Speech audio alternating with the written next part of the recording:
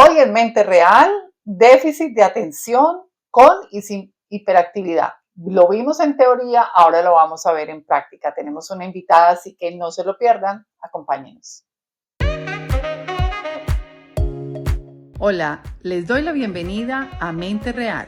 Este es un espacio que ha sido creado para explorar, reflexionar y aprender sobre tópicos de salud emocional y mental.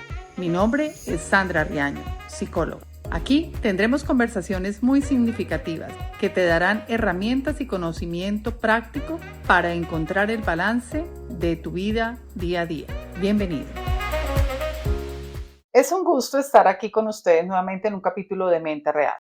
Hablamos en un capítulo anterior de lo que significaba el déficit de atención con y sin hiperactividad.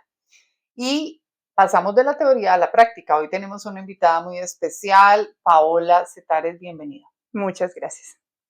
Paola es una persona que ha padecido, conoce los síntomas y nos va a dar un poco de su experiencia, recreando básicamente no solamente por ella, sino por su hijo de la condición.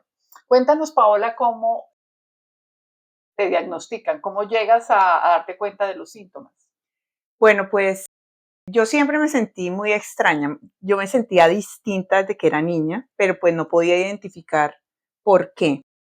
Había ciertas cosas que yo no podía hacer, no podía cumplir con determinados tiempos de entregas de cosas. En el colegio siempre muy desaplicada, tanto que eso me afectó la autoestima. Yo creía que no era inteligente porque había muchas cosas que no lograba entender simplemente porque cuando me estaban explicando me distraía o simplemente no podía captar toda la información.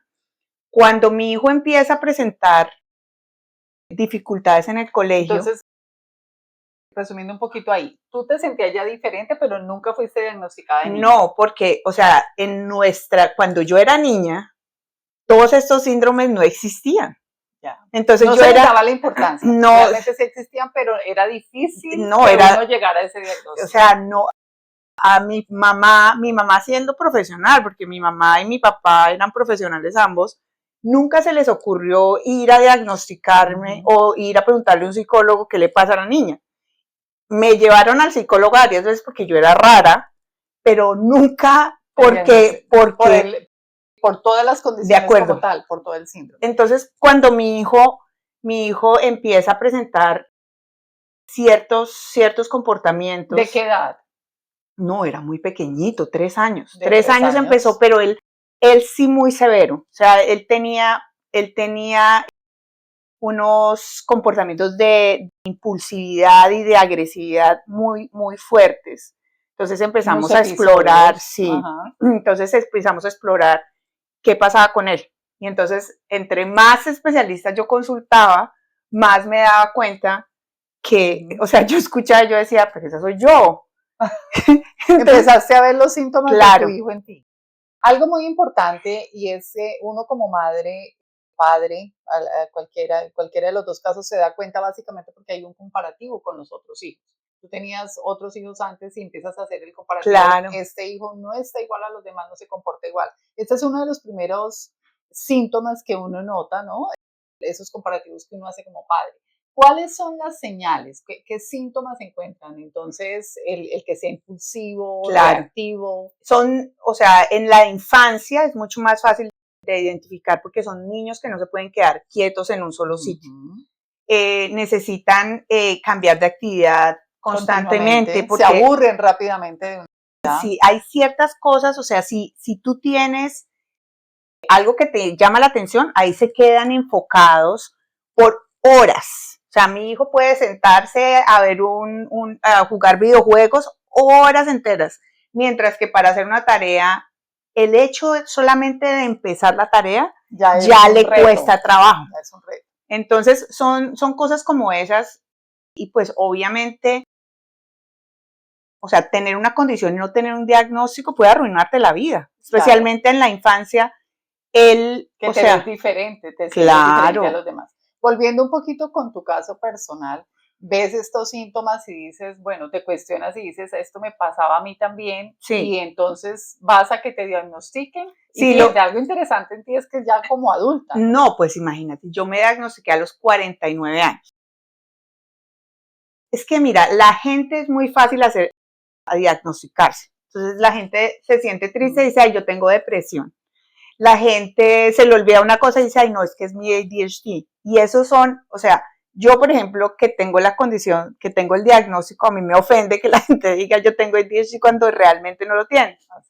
Entonces, yo dije, si yo tengo eso, porque mi hijo pues toma medicación para su condición y yo sí vi cómo su vida se transformó. Ya. Y para llegar a eso fue muy difícil, o sea. Esa parte de la medicación, quiero que le demos un espacio muy importante, porque así como lo decía yo en un podcast anterior, muchos padres le tienen temor a la medicación, precisamente por las consecuencias, por lo que puede acarrear, y ven en el presente, en el momento presente, en sus conductas. Y tú que has tenido esa experiencia particularmente con tu hijo, ¿cuáles han sido los cambios? ¿Cuáles han sido los beneficios y los contras del medicamento? O sea, mi hijo es otro. Él tiene hiperactividad. Él tiene déficit de atención con hiperactividad. Yo te digo una cosa, o sea, mi hijo es otra persona. Mi hijo estaba casi que en un colegio especial porque no podía manejar sus comportamientos. Diagnosticado a los 3 años. Diagnosticado a los 3 años. O sea, después, sí. No realmente diagnosticado porque nosotros vivíamos en ese entonces en Estados Unidos y el diagnóstico definitivo se lo dan después de los 7 años. Entonces, digamos que había una sospecha de. Ya, pero fue confirmado ya cuando estaba en edad. Realmente los niños se pueden perdone que te interrumpí, pero se pueden identificar con este déficit cuando ya están en el colegio, cuando ya tienen estos retos académicos, es donde más fácil se puede llegar al diagnóstico. De acuerdo. Y pues desde muy temprano los médicos me recomendaban la medicación, pero pues yo soy colombiana, nosotros vivimos, o sea, yo vengo de una crianza donde pues no sé, primero no existía el diagnóstico como posibilidad y segundo, darle medicina a un niño tiene el estigma de, ay, le quedó grande disciplinar a su hijo, entonces lo medica para que se quede quieto. Eso es súper importante y qué bueno que lo mencionas, porque muchas veces lo que se mueve socialmente es que es un niño malcriado, es que no lo dejan hacer lo que quiere, es que es caprichoso, cuando en realidad lo que hay es una condición. Entonces, yo los invito a revisar esas condiciones en el podcast anterior, en el capítulo anterior. Sin embargo, vamos a dar una revisión de problemas de atención, básicamente es lo que ellos presentan, atención muy focalizada sobre algo que sí les llama la atención, se aburren rápidamente, malgeniados, irritables, ¿cierto? ¿Qué otra cosa encontrabas? Pues mira, esto empieza a afectar tu autoestima, porque, o sea, cuando un niño no entiende por qué él no capta a la misma velocidad de los demás o con la misma facilidad, empieza a cuestionarse cosas. O sea, yo hablo ahí sí como la experiencia que yo tuve de niña y esa fue la gran revelación de mi diagnóstico. Cuando yo me hice diagnosticar con una psicóloga colombiana, ella me hizo una batería extensísima de pruebas. Eso no es así como tan olímpico. No. O sea, es un estudio detallado y te hacen muchas pruebas y tienes que hacer dibujitos y una cantidad de cosas que pues tú sabes más de eso que yo. Y cuando llegamos a la última sesión y ella me dio el diagnóstico, yo me pongo a llorar. No porque haya descubierto algo muy revelador, sino porque entendí. ¿Te entendiste por primera vez? Y mi infancia entendí porque mi infancia fue tan difícil. Y siempre, mira, yo terminé teniendo muchísima educación, o sea, fui muchas veces a la universidad y estudié muchas cosas. Tratando de estar ocupada. No, y tratando de justificar que yo realmente sí era inteligente. Porque como en el colegio me iba tan mal, entonces después en la vida pues me ha ido afortunadamente muy bien. Pero porque fui encontrando formas como de que la vida me funcionara aún sin entender por qué en principio no me funcionaban las técnicas y las cosas que le funcionaban a los demás. Y es que algo muy importante en esta condición es de que precisamente por la frustración se abandonan las tareas, los hábitos, porque no se entiende, la persona que tiene la condición, el niño, no entiende por qué yo no puedo, por qué los demás sí pueden, y yo no tengo la capacidad de retener información o de quedarme sentada aquí media hora contestando un test, porque a mí el ruido me fastidia cuando a otros no, tantas cosas pequeñas, detalles pequeños, que yo invito a los padres a que lo revisen con sus hijos para ser más conscientes y si es necesario hacer un assessment, ¿no? Miremos en tu caso como adulta, tú estás en este caso a partir de que fuiste medicada, diagnosticada, ¿estás medicada? No. No. Yo tomé la decisión de no tomar medicación. O sea, a mí me hubiera servido la medicación cuando era más niña. En este momento, pues yo creo que podría beneficiarme, pero no le encuentro, el valor agregado. Ya. Y además yo tengo otras condiciones médicas que me da susto ponerle más químicos a mi... El valor agregado. Quiero que nos cuentes un poco del valor agregado. ¿Cuál sería el valor agregado en una personalidad como la tuya en este momento? Que obviamente no la tienes porque tienes ya, no lo necesitas porque tienes distractores suficientes que te mantienen focalizada. Pero, ¿qué sería lo que te beneficiaría? Si tuviera medicina. Mira, yo ensayé, para ser honesta, yo ensayé medicación una semana. Y lo que experimenté en esa semana fue la forma como funciona el cerebro de una persona con déficit de atención. Es como cuando la señal no te entra al teléfono. Entonces, tú estás hablando con una persona y se te pierden pedazos de la conversación. Entonces, yo, por ejemplo... se te va la señal. Sí, se me va la señal literalmente. Entonces, yo estoy hablando con mi jefe, él me está dando instrucciones sobre un proyecto. Yo voy bien, y de repente me pierdo un poquito y luego, porque seguramente yo no me doy cuenta, pero me fui. Me distraje porque pasó algo en la ventana, porque él movió la mano de cierta forma y entonces le vi el anillo. O sea, cualquier bobada, yo me perdí. Entonces ya ese pedazo donde él me brindó cierta información, yo no la tengo, entonces le digo, páseme los documentos y yo los leo, porque como para reafirmar la información. Porque no agarré todo. Pero eso es importante, porque parte de lo que quiero resaltar acá también es que no necesariamente, y esto depende de las capacidades que uno tenga, las habilidades que desarrolle para moverse con la situación. A veces en consulta, no solamente con esta condición, sino con otras, siempre es como buscando el profesional, pero necesito el medicamento, pero no necesito. Mi respuesta siempre es, ¿qué recursos tenemos alrededor antes de que tú necesites el medicamento? Porque si puedes debatirlo de manera natural, pues ¿por qué no? Pero lo importante es que no interrumpa tus actividades y tus rutinas necesarias, trabajo, aseo, relación con los demás, o sea, todas esas rutinas recreativas, todo lo demás, ¿no? ¿Qué tanto lo puedes hacer? Sí, pero fíjate que no te he contestado la pregunta. Ahí estoy yo con mi déficit de atención. Entonces tú me preguntabas, o sea, ¿cómo me beneficiaría yo si tomara medicina? Entonces, esa semana que me la tomé, era increíble. O sea, es que no te lo puedo explicar porque es como todo claro. Mi cerebro siempre está como lleno de ruido. O sea, yo siempre estoy pensando, siempre. O sea, 10,000 cosas y era como que, o sea, yo sentí que se apagó el mundo. Y yo podía solamente escuchar tu voz, que era lo que yo debía estar escuchando en ese momento, y nada más. Entonces, una persona con una condición como la mía, nosotros estamos oyendo todo. Ahora, eso tiene ventajas también. Sí, o sea, muy poco modesta, pero yo tengo una percepción del mundo distinta a la de la gente, lo que se llama un neurotípico. Yo soy una persona que precisamente como tengo radares por sí, y me está disparando el cerebro todo el tiempo, entonces yo vas más allá. Claro, brindo otro nivel de pensamiento, otro punto de vista, pienso lo que se llama pensar fuera de la caja. Sí, o sea, como que pongo otras cosas en perspectiva. Y pues de eso tiene el pero que interrumpo mucho a la gente cuando estoy hablando y eso es algo con lo que tengo que tener mucho cuidado ahora que soy adulta, porque a mí se me ocurre algo y yo tengo que meter la cucharada ahí antes que se me olvide lo que tengo que decir.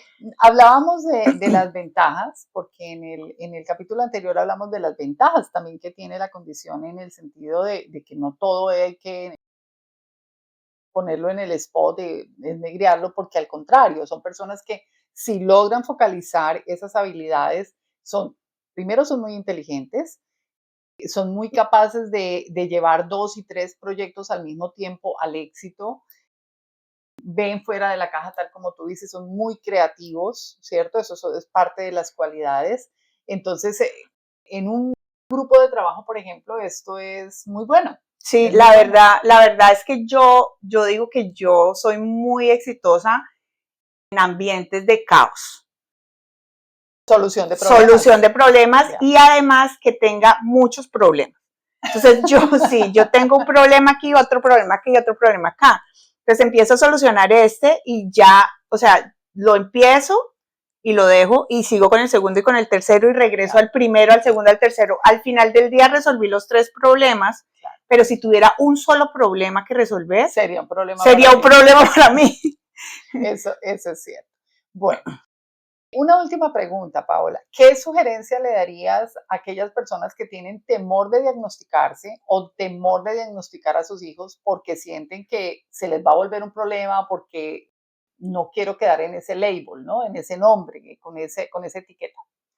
Bueno, lo primero es que hay que aprender a hablar de estas cosas con naturalidad. O sea, así como decimos que tenemos gripa, que tenemos, o sea, otras enfermedades más graves, cáncer, otras cosas, pues tenemos déficit de atención, tenemos autismo, tenemos depresión y es normal. Hay que normalizar eso. Lo segundo es que el diagnóstico a mí me dio mucha paz. O sea, yo encontré una razón para ciertos comportamientos que yo tenía. Y yo, por ejemplo, mi hijo a veces me contesta como, ay, no, yo tengo déficit de atención. Y yo le digo, no, eso es una razón, pero no es una justificación para ningún comportamiento. Entonces, es encontrar el por qué yo soy así. Al tener un diagnóstico, los profesionales te dan herramientas adicionales para que tú puedas vivir la vida. Claro, para adaptarte y para potencializar tu condición. Eso es importante. Y rescatando parte de lo que dices, realmente la salud mental cada vez está más en el plato del día y es muy importante que lo digiramos así, porque es natural. No hay gente normal. La normalidad no existe. Siempre todo el mundo tiene alguna condición, un poquito de algo, y entre más lo normalicemos, pues más abierto se siente el tema a tratarse, a sentirse mejor. O sea, finalmente es el balance. Yo creo que después del diagnóstico sientes como un descanso, como de que, oiga, entiendo, como bien lo dices, todo lo que viví en el momento, y ahora me encanta la parte que dijiste, no justifico que por mi condición hago, sino al contrario. Es una explicación. Es una explicación. Es una explicación y además busco cómo mejorar. O sea, pero ya sabiendo, o sea, con qué empezar, porque antes era de la nada. Hábitos. Bueno, hábitos.